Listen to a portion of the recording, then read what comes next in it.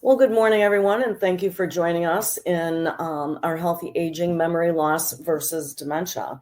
We've got a lot to talk about today. Here's our objectives. We're going to talk about normal versus non-normal aging, parts of the brain and the role that they play in the aging process, how the aging process relates to our cognition, and how different things can impact health and memory, such as food, stress, exercise, and creating some memory strategies for yourself to keep your brain healthy. So the first thing I want to talk about is what is the normal decline of the body. Senescence is the act of the body aging, and the aging process is stimulated in response to cellular stress that is normal for our body, and that's where normal cells lose their ability to divide through irreversible cell arrest. So as we're living, we're continually dividing cells. Every day we're doing that. But as we age, those cells stop dividing. And age really, if you look at it, is the largest risk factor for developing stroke, Alzheimer's disease, Parkinson's disease, as well as other brain diseases. And that's because of senescence. Researchers have found that senescent cells accumulate in the body as we age. So here's our life expectancy. In the 1850s, it was 40 years old. I think this is quite interesting. If you look at the person in the picture, they look more like they're 80 years old. And then we look at our 1930s lady, and she's 60 years old. And, we look at that, and again, she looks older than her years. And here's our woman in 2020, and she's 80 years old, and you can see the difference. I looked up on socialsecurity.com today to get the latest findings on our life expectancy. And in 2025, for a male, it is 73.54 years of age is the life expectancy in the United States. And for females, it's 79.30. So it's not 80 years old anymore. It has fallen a little bit. And that really has to do probably more with our unhealthy lifestyle and our environment. So if we talk a little bit about the brain, because I think it's important to understand what the brain does so we can understand where it may fail us. The brain really controls many aspects of thinking, remembering, planning, organizing, helping us make decisions, and a whole lot more.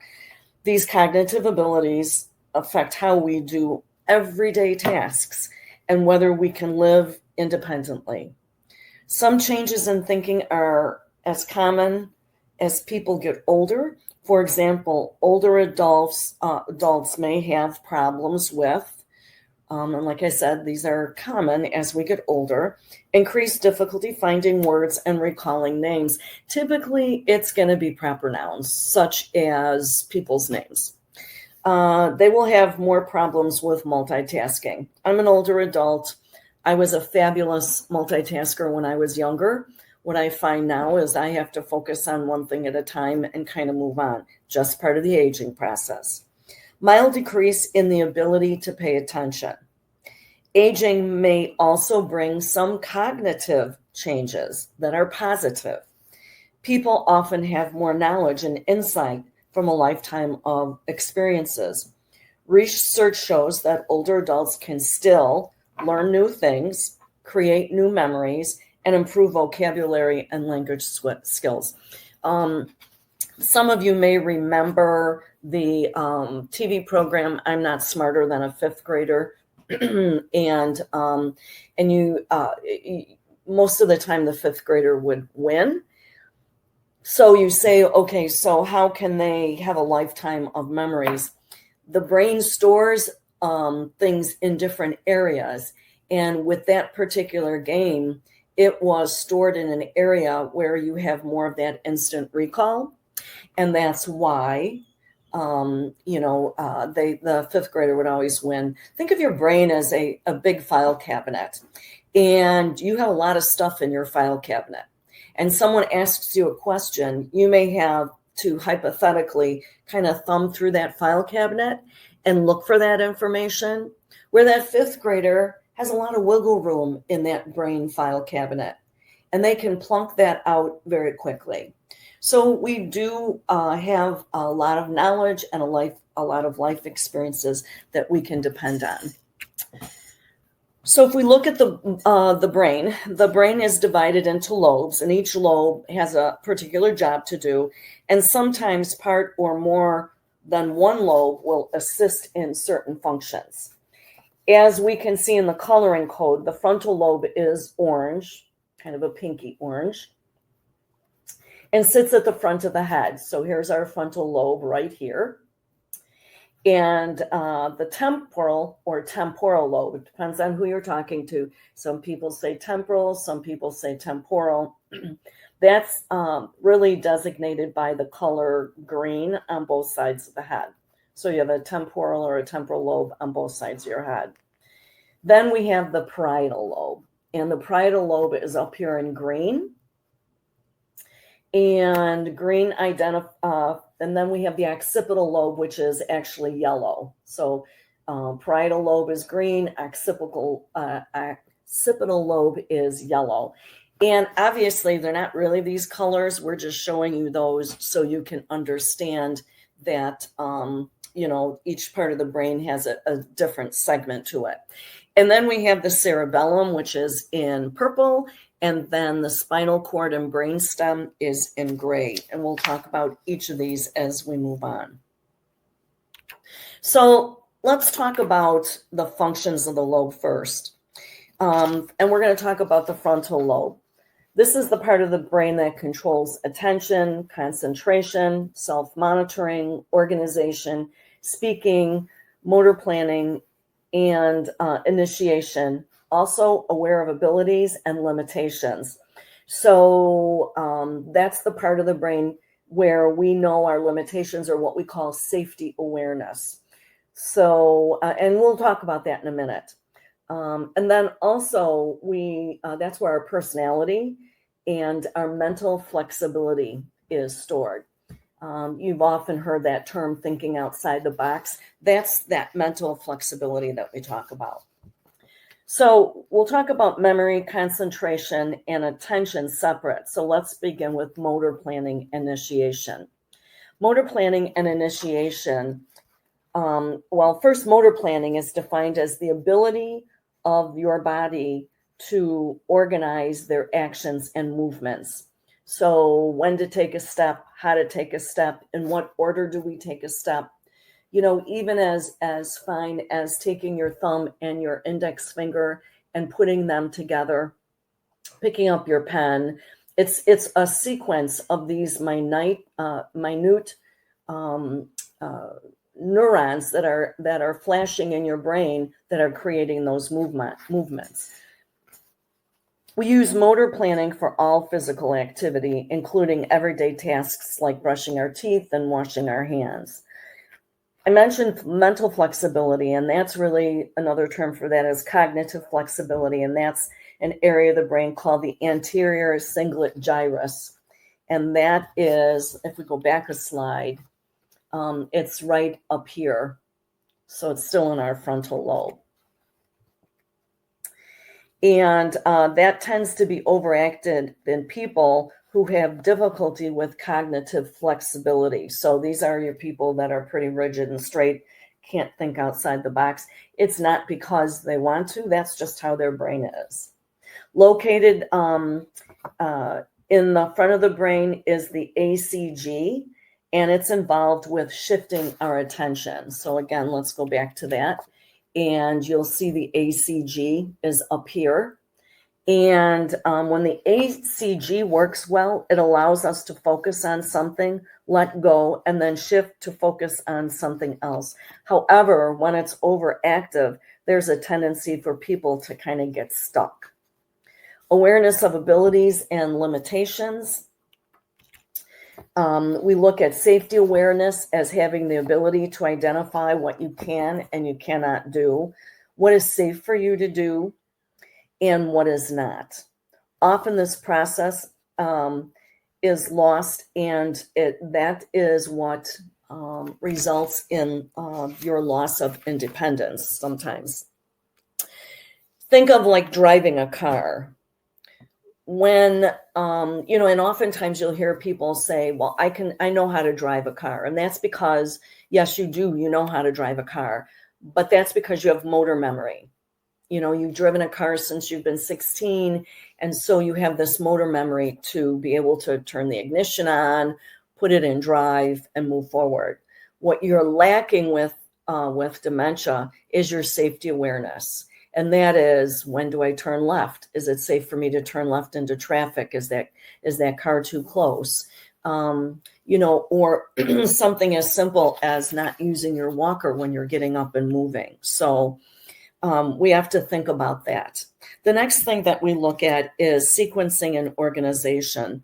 And that's processing information such as predicting the consequences of an action. In other words, if I do this, what's going to happen next? Understanding the concept of time and executive function.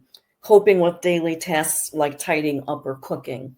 So when we talk about these different functions of the lobe, and what I'm getting at, that you'll see on the next page and further on, is that in dementia, as we start losing some of these functions, we lose our inability to live independently because we're no longer able to do these things. All right, so if we look at what's called the parietal lobe, the parietal lobe has sense of touch, our spatial perception. That's the ability to be aware of your surroundings. Depth perception, which is your ability to see things in 3D and how far away they are. And your awareness of where you are in space. So if I walk to the center of my office, or if I'm in a classroom and I walk to the center of the classroom, someone asks me to, and I walk to the center of that classroom, my proprioception is accurate. But if someone asks me to walk to the center of my classroom and I walk off to the corner, we know that their proprioception is not working right. Our sense of touch, our spatial perception, our depth perception, and visual perception are all located in the parietal lobe. Injury to the parietal lobe really can lead to problems with the 5 senses. So you've heard of people saying, I lost my taste of smell, I can't feel things. That's all in your parietal lobe, which is right up here. Injury to the parietal lobe or damage from a disease such as dementia. The occipital lobe is where vision is located, and if you have an injury to this part of the brain, you may have difficulty seeing or perceiving sizes, shapes, and objects. And then we have the cerebellum, and that's where balance and coordination is initiated. Also in the cerebellum, you're going to see that that's where we develop our skilled motor activities, our visual perception. So you can see that there's 2, sometimes one lobe helps another lobe with something. So, I just talked about the occipital lobe and, perceiving vision, shape and whatnot. And now we're talking about vision in the cerebellum. So sometimes they're coordinated by 2 different lobes. Lastly, the brainstem controls the body's involuntary functions that are essential for survival, such as breathing, your heart rate, your blood pressure. But it also, works with your GI tract. It really controls all what we call your autonomic nervous system. Okay.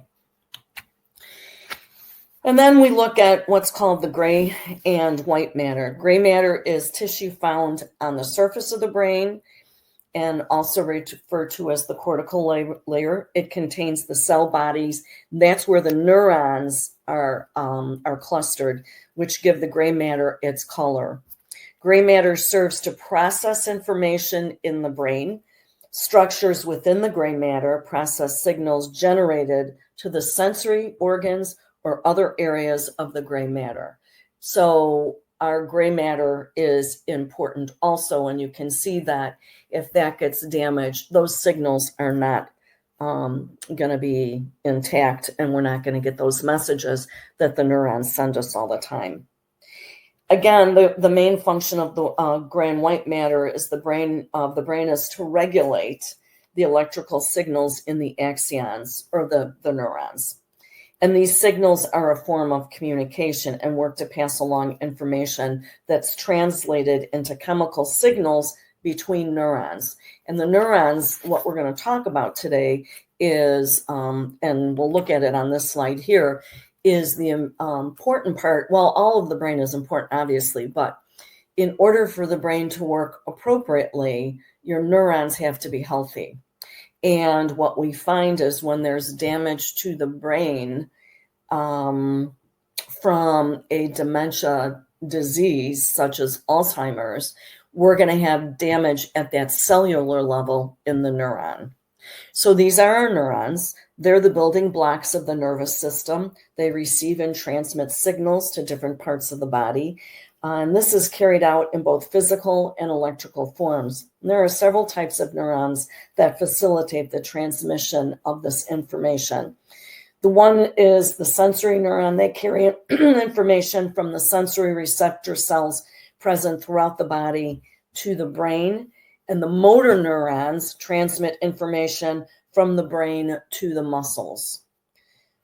The interneurons transmit information between different neurons in the body. So what I want you to get out of that slide is this is what a healthy neuron looks like. And when we have a disease and it causes damage, it's going to cause damage to inside the cell body. So it's not going to be able to work right. And then these axons is what touches another axon of another nerve to get those signals moved throughout the body. And with some dementias, you'll get clusters or plaques in this area here. So this neuron can't connect with another neuron. There's something that we call executive function, and that really is a set of thought processes and mental skills that help a person plan, monitor, and effectively execute their goals. And executive function usually doesn't develop in a male until about their mid-20s.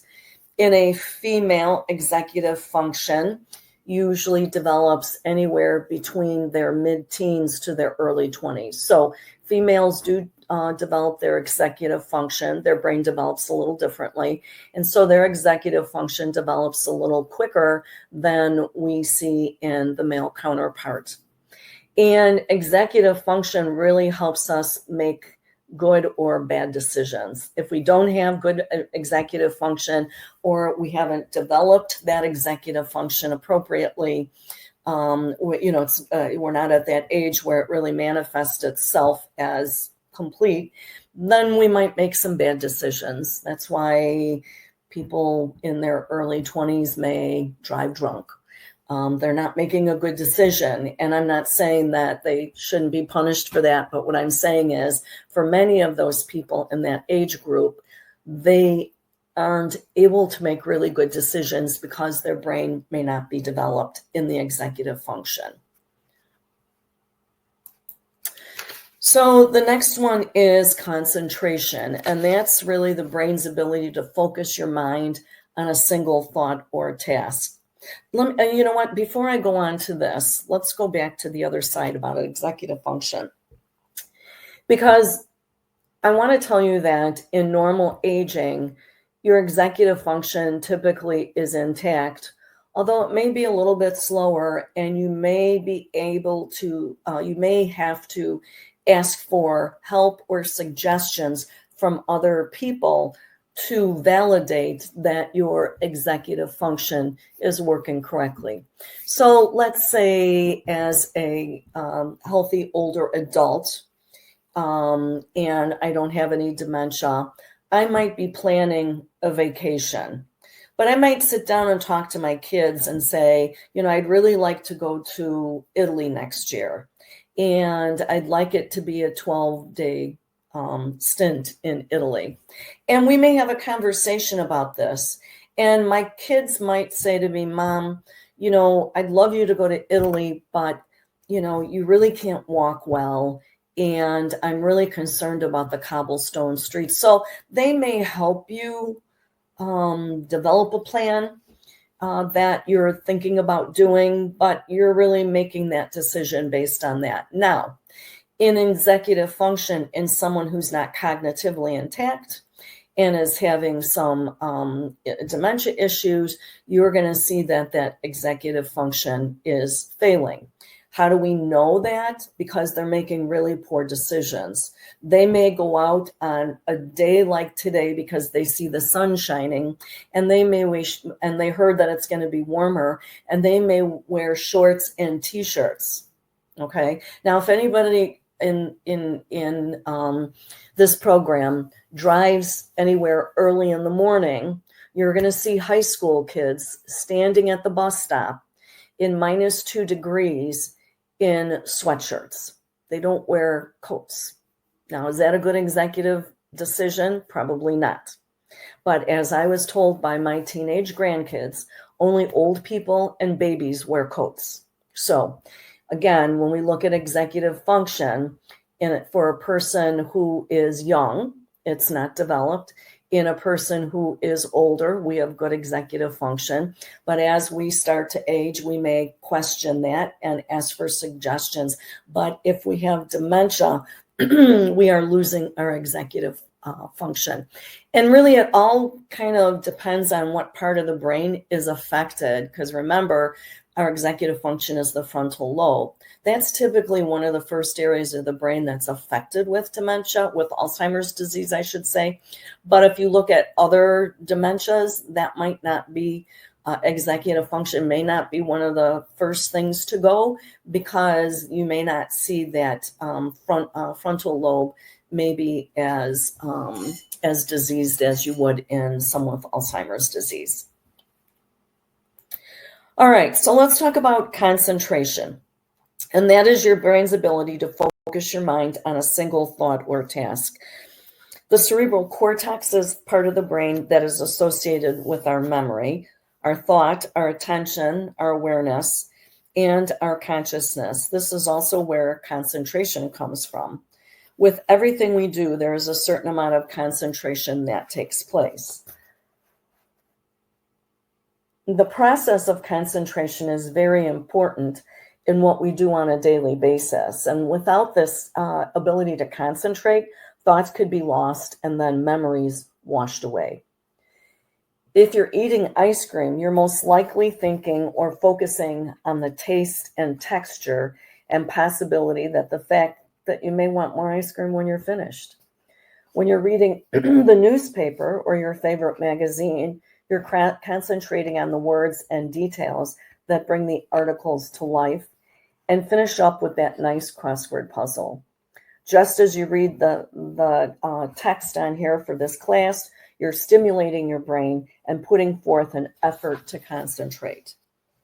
You still have the ability to do that. It might take a little bit longer, but you're still able to do that. When a person has dementia, because that part of the brain, the cerebral cortex, may be damaged, they may lose their ability to concentrate. So they may have very short attention spans. There's different types of concentration or attention. There's different types of attention. The first one we're going to talk about is alternating attention, and that is the ability of mental flexibility that allows you to switch focus back and forth between tasks that require different cognitive demands. So it uses different parts of the brain in alternating. Some examples of that would be cooking dinner while helping your child with their homework, or reading a recipe and then actually doing the recipe as you're reading it. Then we have sustained attention, and that's that ability to focus on one specific task for a certain amount of time. And that would be reading a book or putting a puzzle together. And then the next is what we call selective attention. And that's the ability from factors or stimuli that are present at the same time, and your ability to filter out that noise. So example would be talking to someone at a wedding while the band is playing, or sitting in a park talking to someone while a parade marches by. And then last, we have our divided attention, our ability to respond or react to two or more demands simultaneously. That's often called multitasking. That's talking on the phone while getting dressed, or talking with friends while making dinner. And again, some of these you'll find that as you age, you have to really pay more attention, and you have to really think about something. But for someone who has dementia, because that part of their brain is diseased, we might find that that person is not able to multitask at all. As a matter of fact, for someone with dementia, it's highly suggested that when you're giving them instructions, you're giving them one instruction at a time, because that's their ability to focus and concentrate is on one instruction or direction at a time. Now, this next video, it talks about attention a little bit again, and I want you to pay attention to it because there's going to be some changes, and some of you may get those changes and some of you may not.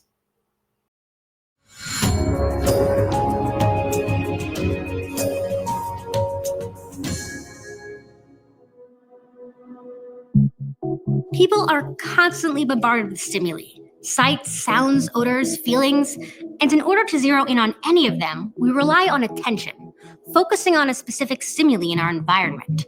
Specifically, we engage in selective attention by choosing certain stimuli in the environment to process while ignoring the rest, like how people turn down the car radio when they're looking for a particular road or address. But sometimes we also need to exhibit divided attention, where we attend to multiple sources of information at once. A popular example of this is the cocktail party effect. Have you ever been at a party, engaged in a conversation with someone cool, and then you hear someone mention your name across the room? You become aware of it almost immediately, even though you weren't paying conscious attention to it. In this case, your name triggers selective attention, causing you to filter out the other stimuli upon hearing your name. This can be mimicked in the lab using a dichotic listening task. In this task, a listener wearing headphones receives a message in the right ear and another in the left. The listener is asked to attend to only one of these messages and repeat it word for word. Afterwards, they are quizzed on the material that was played in the non-shadowed ear, the one that they weren't attending to. Individuals can typically remember only superficial aspects of the non-shadowed message, such as whether the speaker was male or female, the number of people speaking, and a little bit about the topic of the message. But regardless of whether they are consciously aware of it, some aspects of the message still come through. For example, the listener's interpretation can be influenced by what is played in each ear. If the sentence, "they were throwing rocks at the bank," is played in the shadowed ear, the word bank is more likely to be interpreted as a financial institution if the word money is simultaneously played in the non-shadowed ear. If the word stream is played in the non-shadowed ear, the bank is more likely to be interpreted as the side of a river. But our attention isn't perfect. People are both unaware of many aspects of their environment and blind to that lack of awareness. Inattentional blindness is the failure to notice an unexpected object or event when one's attention is focused on something else. This has been demonstrated in many rather humorous studies. In one study, people were told to count the number of times folks wearing white shirts in a video passed a basketball. Then, in the middle of the video, a guy in a gorilla suit walked straight through the scene. Because they were so focused on counting the number of passes, half of the viewers failed to notice the gorilla. Half. It's easy to laugh at this, but this lack of awareness can actually have some far-reaching consequences, like when drivers fail to notice pedestrians or cyclists because their focus is elsewhere. Another example of our lack of awareness is change blindness, the failure to notice a change in a stimulus event. For example, did you notice anything that changed over the course of this video? It's kind of hard to notice change, especially when we don't see it coming. Okay, were people able to see those changes? Great. Let's move on. All right, so let's talk a little bit about memory and the types of memory. And they're not in any particular order. I'm going to start with what we call sensory memory, and that refers to very short-term memories about perception of the world through our five senses. That would be sight, hearing, smell, touch, and taste. A fraction of the information captured in sensory memory immediately after perception is thought to be transferred to short-term memory. It holds on to a perceptual information for a very brief moment. Details of what people see, hear, or otherwise sense that they may either pay attention to. Sensory memory is the thought to provide the initial storage for that information about what a person has just perceived. So it goes into short-term memory, but you hear about people with PTSD having triggers, and those triggers often can be sensory memories. So we know that if it has caused, damage to the brain, that we know that that memory can be stored into that long-term memory. So we talk about short-term memory, and that's the information we're currently aware of or thinking about. That information is found in short-term memory, comes from paying attention to our sensory memories, like I just mentioned. Short-term memory is very brief. When short-term memories are not rehearsed or actively maintained, they may last mere seconds. Short-term memory is limited. It also can hold 7 plus or minus 2 items, and it can store it for about 15 to 30 seconds. Short-term memory is also called working memory. It can also store and process information at the same time. So think about yourself and how when you were younger, you could go to the grocery store. If you had 6 items, you could go to the grocery store and you could recall those items because you were able to store it in your short-term memory. I need bananas, I need milk, I need cookies, I need ice cream, and I need yogurt, and I need beans. Okay, so I'd be able to think of all of those when I got to the grocery store. Because your short-term memory is intact. Your brain is young. It's still pliable. As we get older, we write notes, and that's okay. There's nothing wrong with that.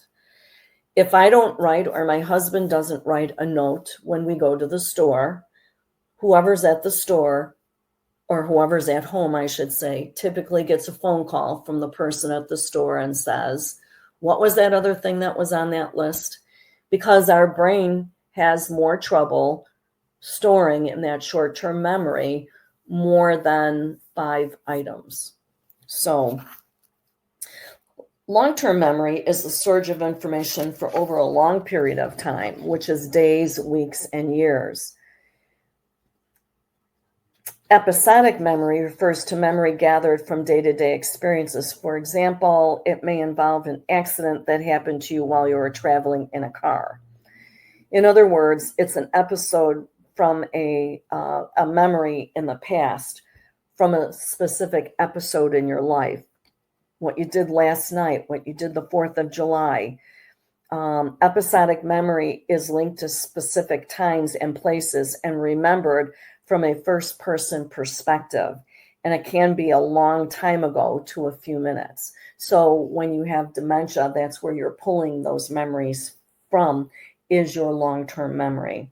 And then we have what we call somatic memory, and that refers to facts and general knowledge that we gather over the years. It's not related to a specific time and place, and it's not remembered from the first person perspective. You may not remember where you learned 2 plus 2 equals 4, but you'll remember that it does. Older groups, older adults, tend to do much better with somatic memory. And then explicit memory is memory that requires conscious thought, such as recalling who came to dinner at your dinner party last night, or naming animals you might see in the zoo. So you can see that our memory is very complex. One last one I want to talk about is our procedural memory. And this is the type of memory that enables us to carry out commonly learned tasks without consciously thinking about it. So it's our how-to knowledge. And if we go back to driving, that procedural memory is intact. What's not intact with dementia may be the executive function, making good decisions. So let's talk about normal aging. Normal aging is characterized by a general slowing of cognitive performance. Older adults typically perform worse than younger adults on tasks of attention and episodic and working memory, but better on tasks of general knowledge than younger people.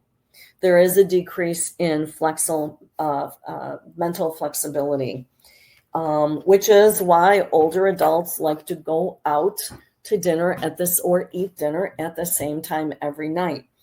As we age, routine, because we are losing our mental flexibility, routine becomes a safety net for us. So if you want to develop new neurons in your brain, and we'll talk about brain exercises a little bit more in a bit, but one of the things that you can do to stimulate those neurons in your brain is do something a little different. Instead of eating dinner at 5 o'clock every night, have dinner at 3 o'clock and then skip that evening meal and have a snack or eat later. Or if you're someone that puts on your pants and then your socks, put your socks on, then your pants. Anytime you reverse something, you're developing new neurons in your brain and you're developing that mental flexibility. The next thing that we see with normal aging is a difficulty in finding the right word. But the difference between you and someone with dementia is usually that word recall happens. With someone with dementia, that recall doesn't happen. Aging itself does not appear to negatively influence verbal fluency. And older adults retain their verbal abilities, including vocabulary, but it may take longer to remember a name or a word. There may be difficulties retrieving the word, but the information is not lost. How many of us watch a program in the evening and we can't think of that movie star's name?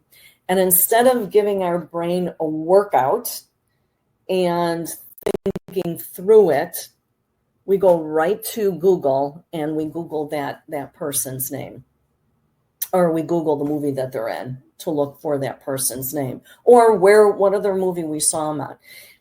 What I'm asking you to do is take a few minutes to think about that question on your own and try to answer it. See if you can come up with that. Because typically you will in a certain amount of time. And you're not exercising your brain when you go right to a source to look that up. You'll see a mild decrease in aging in short-term or working memory. That's really normal, but however, the recall of past events or long-term memory remain intact. Memory is also intact for current events. Older people can name our current president or discuss recent major current events. We may have some difficulty if we're stressed about the current events, recalling exactly what was said, maybe at a news conference, because what we're hearing might be stressful for us, and stress is always going to play games in our mind.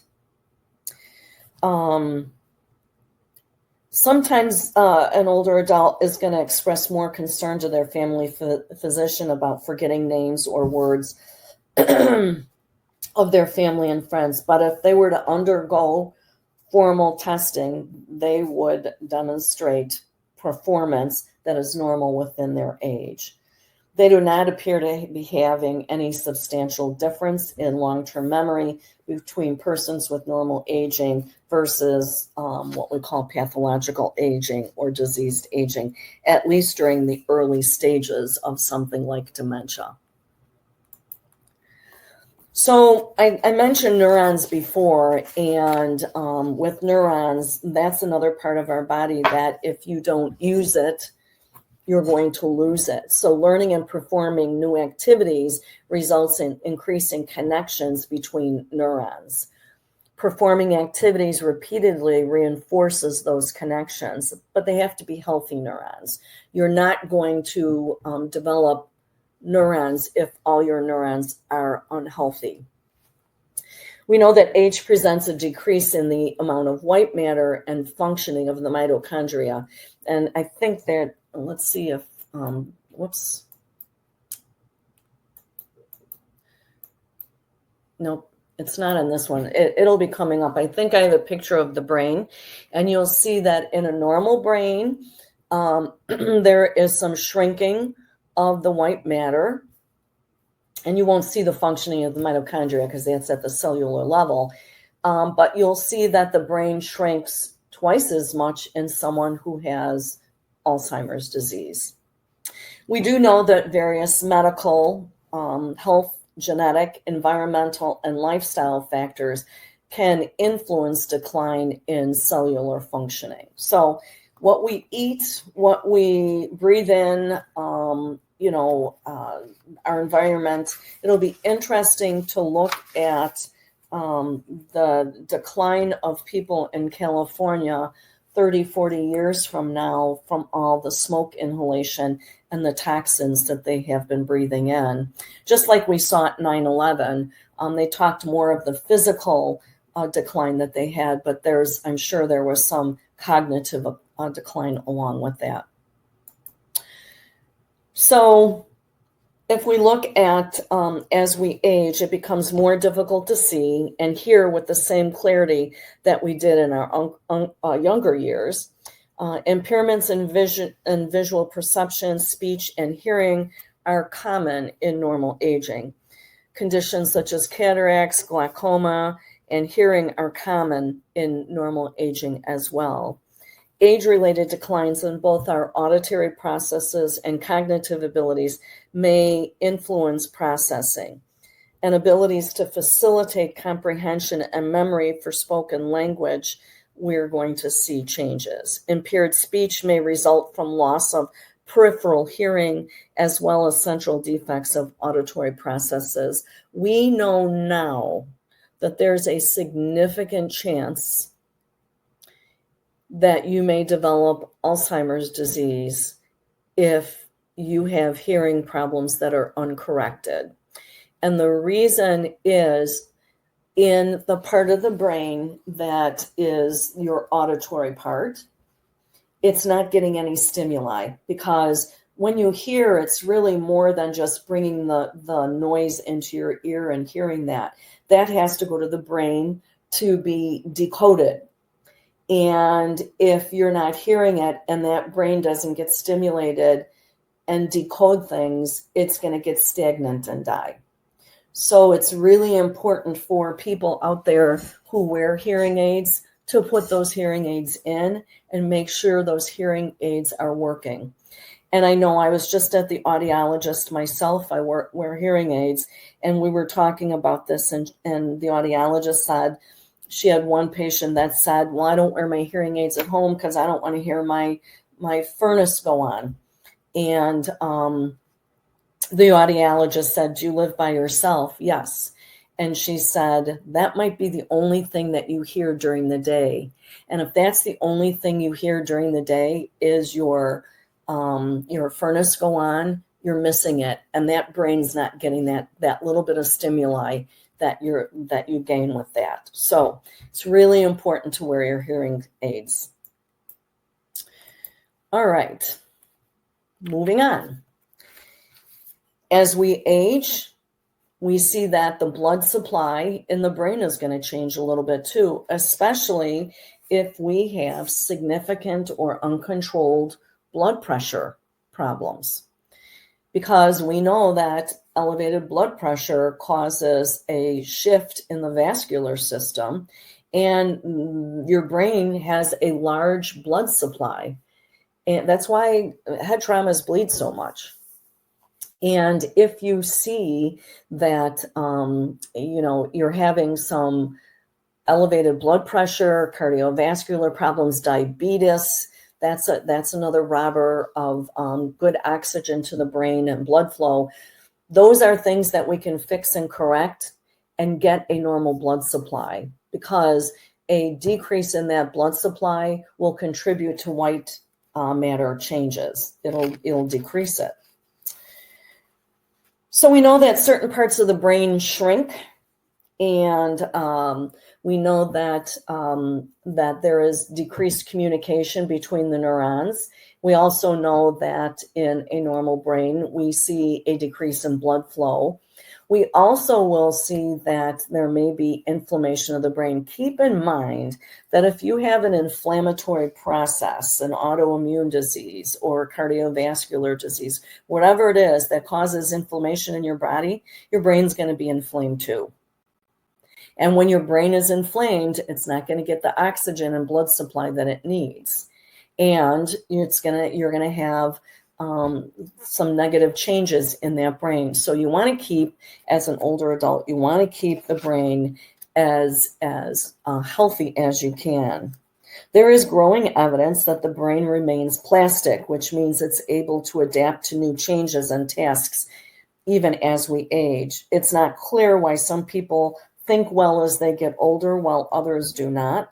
And one possible reason might be what we call cognitive reserve, the brain's ability to work well even when some part of the brain is disrupted. They've done lots of studies on this, and what they have found is that people who played a musical instrument their whole life and people who are higher educated generally have healthier brains than people who are on the lower education, lower social economic status.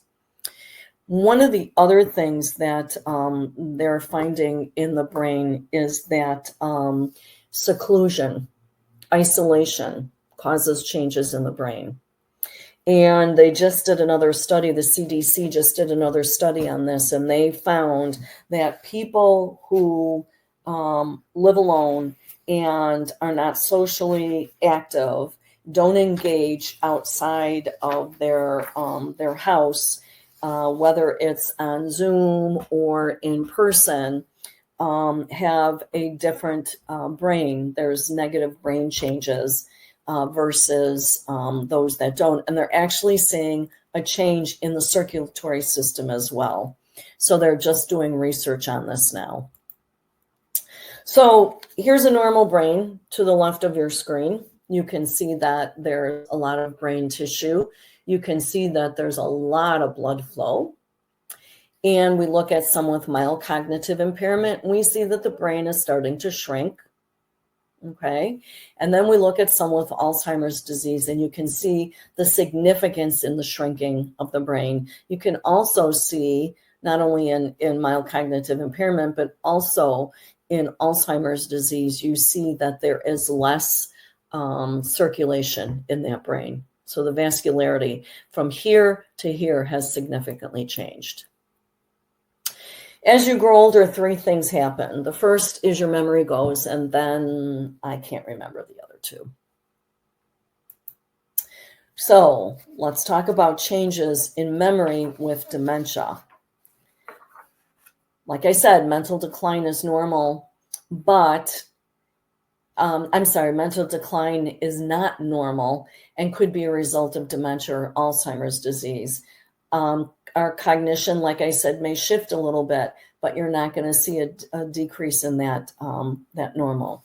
So we're going to see memory loss, and you're going to see memory loss in all of those different types of memory. the only memory that is probably going to be well intact for a long time is going to be their long-term memory. That's why reflecting with them and reminiscing is really important, because it helps engage that part of the brain. They're going to have decreased reasoning skills, so you're going to see that change in executive function. We'll also see a loss in interest that they in things that they previously enjoyed. My mom had Alzheimer's disease. She ran a ceramic store. She was a wonderful artist. She did all the statues for many of the churches in Chicago. And when we went to look for assisted living for mom, we specifically looked for one that had a kiln so she could continue doing that. And by this time in her dementia, she had absolutely no interest. And it probably had to do with a lot of the memory changes in her brain. We're going to see changes in language. If you look at someone like Bruce Willis, he has Pick's disease, which has different areas, different stages, and he's losing his ability to verbalize. So again, it depends on what kind of dementia you have or what stage of dementia someone has. Repeating the same question or the same information over and over, because again, there's no short-term memory. Frequently it's, I want to go home. Remember that I want to go home for most people, whether it's the nursing home now or memory support or their home, or maybe they're living with a family member. Home to them is a safe place. And so if they're out someplace and they want to go home, or they're in their safe place and they want to go home, they may be feeling unsafe at that point. So, when we talk about dementia in another webcast, we can talk about tips for dealing with those repeated questions. Forgetting what season it is, what year it is, getting lost. We were just talking to a family member. There's a family member that I know who has some cognitive decline after having some significant surgery. And while they don't want to do anything significant yet, I said, go get an air tag and put it on their shoe. That way, you can trace them anywhere. You can get air tags on Amazon. They come, 3, 4 at a time. And if they wear gym shoes, just put it on the tie of their gym shoes so it's always there. And then that way, if they're still able to walk and move, and you'll know that maybe they're in the backyard or maybe they're down the block, but you'll be able to locate them. Difficulty carrying on simple conversations. In early dementia, early Alzheimer's disease, people will tend not to socialize as much because they know there's something going on. And they also use that social chatter. So they may say things like, how are you today? Or someone might say, how are you today to them? And they might say, I'm doing fine. How are you today? That's social chatter. If you get into a discussion with them, you're probably not going to be able to, because they don't have the ability. In order to carry on conversations, in order to communicate with another person, you need to have your memory. And remember, they've lost that. So they're having a hard time carrying on those simple conversations. And you'll see a change in their personality, especially in those early stages. They may be depressed, they may be anxious, they may be confused. That's perfectly normal. You'll also notice that they're not paying attention to their personal hygiene. That's called activities of daily living. Anything that we do for ourselves to keep ourselves up, bathing, brushing our teeth, washing our hair, we know that probably in that late stage of early dementia into that middle stage, they can no longer do their ADLs or activities of daily living. They've lost the ability to sequence and understand that they need to change their clothes, that their clothes are dirty. Before that, there's something called IADLs, which is independent activities of daily living. And this might be your clue that there's something going on with your loved one, because independent activities of daily living is grocery shopping, running to the store, paying your bills, going to the post office, doing your laundry, cleaning up after yourself. And when you start to see deficits in that, it's time to really evaluate things. And then our last one, unable to complete mental tasks that used to be easy for them because they don't have that sequencing ability anymore. So this is that graphic that I was going to show you last time when I skipped around. You can see that this is the healthy brain. And this is a brain with someone with Alzheimer's disease. So your normal brain is going to, when we age, it's going to shrink about a half a pound to a pound. But with someone with Alzheimer's, you're going to see that shrinkage significantly more.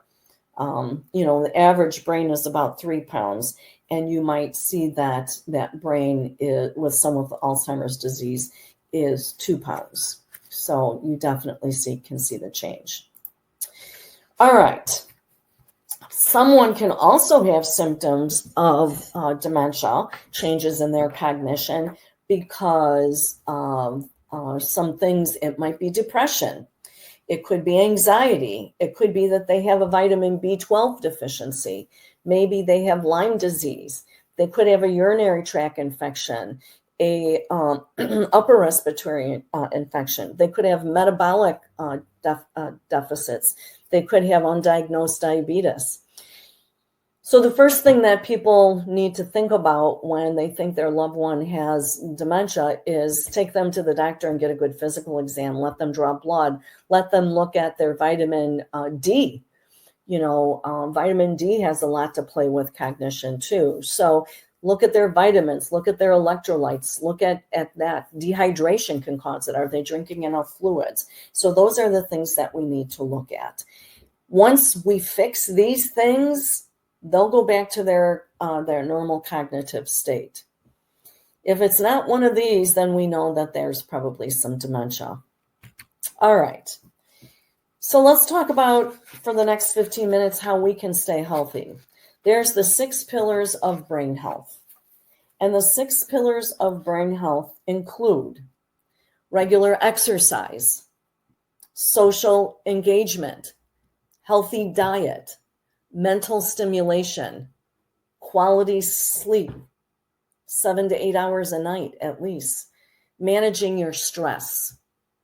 Regular exercise, I'm going to show you in a minute a PET scan of someone who just exercised and someone who didn't, and you'll see the activity in the brain.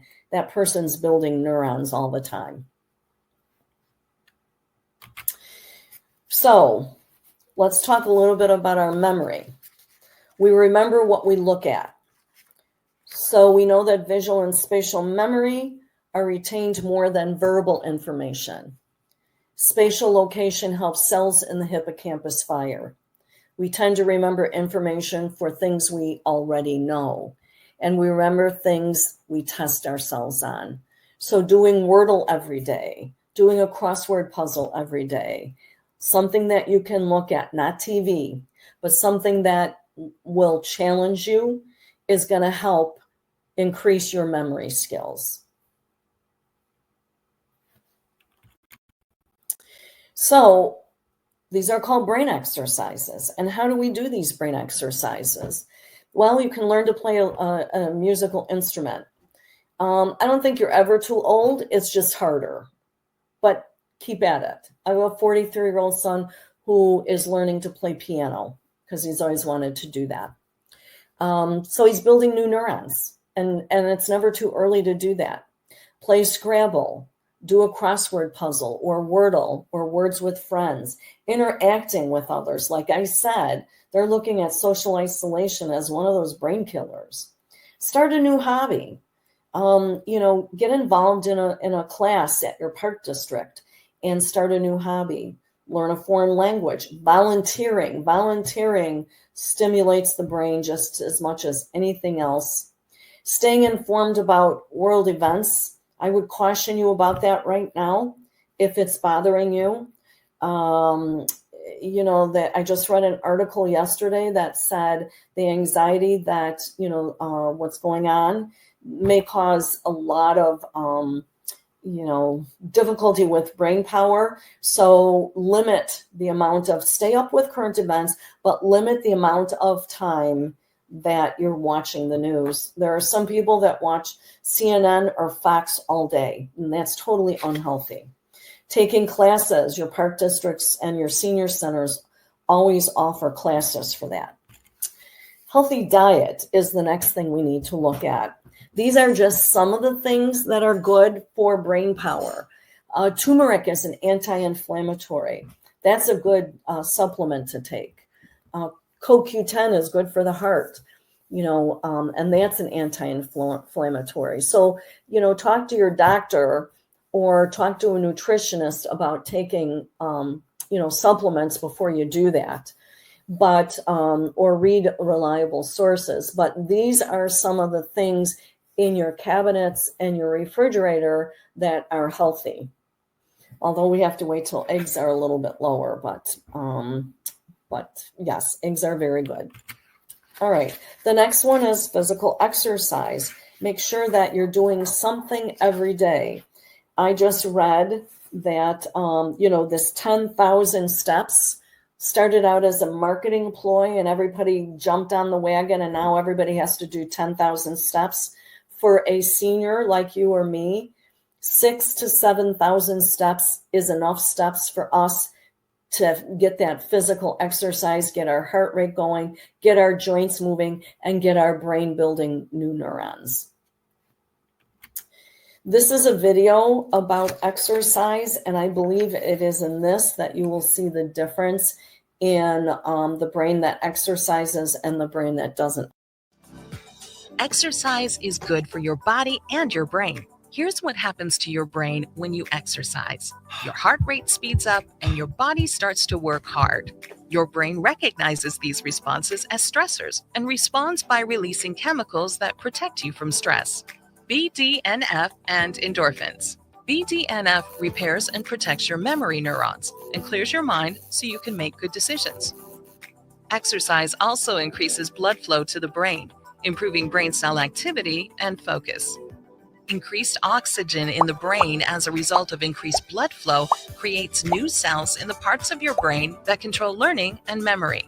Endorphins help reduce discomfort, block feelings of pain, and cause pleasure. These feelings can last for hours after you have finished exercising, which is why you feel happier, more relaxed, and less stressed after a workout. Regular exercise over a long period of time can help protect you from anxiety and depression, increase brain cell function, improve your memory, and may help prevent many diseases. Regular exercise may also improve your self-esteem as you feel more confident about your looks and what you can do. The Centers for Disease Control and Prevention recommends that adults get at least 150 minutes of exercise per week. Just 30 minutes a day of walking, moving around, or even dancing can build a stronger, healthier brain. So we know that physical exercises increases heart rate, and that will pump more oxygen to that brain. That it also helps release endorphins that provide good environmental growth for new brain cells. That's the feel-good hormone. It also promotes that brain plasticity that I mentioned. It stimulates new connections between those cells. Again, if they're healthy cells, you're just going to develop more of those. Here it is. So this is your brain after sitting quietly, and this is your brain after a 20-minute walk. 20 minutes, that's all it takes. And look at the activity in that brain. Look at the amount of blood flow. Look at, we're looking at all the activity there. 20-minute walk. And if you can't do a 20-minute walk, do a 10-minute walk in 2 sequences. It'll still get you going. Sleep and relaxation. You really need to be sleeping about 8 hours a night. If you find yourself napping during the day on the couch or in your favorite chair, do it earlier in the day, not later in the day, because the later in the day that you nap, the more you're going to be up at night. When you feel sleepy during the day, get up and walk around. Do something that engages you. Sometimes we're sleepy because we're bored, and that will give you a good night's sleep. When you're sleeping, make sure that there's enough airflow in that room. It's better to have it a little bit cooler than too hot. Find the blankets that make you comfortable. If you need to get blackout blinds, get blackout blinds if the light wakes you up in the morning. So those are just some things that might help you sleep better at night. And then mindful meditation. That can be done anywhere, anytime, and it really helps. It changes our gray matter volume when we meditate. There's a part of our brain that's the me, the narcissistic me center of the brain, and it reduces the activity in that. It also enhances that connectivity between the brain regions, so we get those neurons working. It can be done anywhere. You're sitting on a train, you're sitting in your easy chair, you're sitting at the kitchen table. You just need to relax your body, start some positive affirmations. You're breathing in through your nose and out through your mouth, nice and slow. And, focus on one thing, because mind wandering is associated with being less happy. We know that mindful meditation frees the brain from anxiety, anger, and toxic thoughts. You can do it first thing in the morning before you get out of bed and look at your phone. And it's the last thing in the evening before you go to bed. Those are good times to do it, but you really can do it any time of the day. And I talked a little bit about social interaction. It's very, very important to be able to get out and socialize. I know living in the Midwest, it's really difficult for many people. If communal living is good for one thing, living in a community, it is that you don't have to bear the weather to get out, enjoy other people's company. Most communities have social interaction right inside their buildings. But however you can find that social interaction, you can play, cards on Zoom, you can visit on Zoom. There's just ways that we can socially interact. And as Sophia Loren said, there's a fountain of youth. It's your mind, your talents, the creativity that you bring to your life, and the lives of people you love. When you learn to tap this resource, you will truly have defeated age. I want to thank you all for joining us today. I hope you enjoyed this and were able to pick up a few tips and know that, hopefully, you are just aging the way we're supposed to. And I appreciate and thank you all for being here today.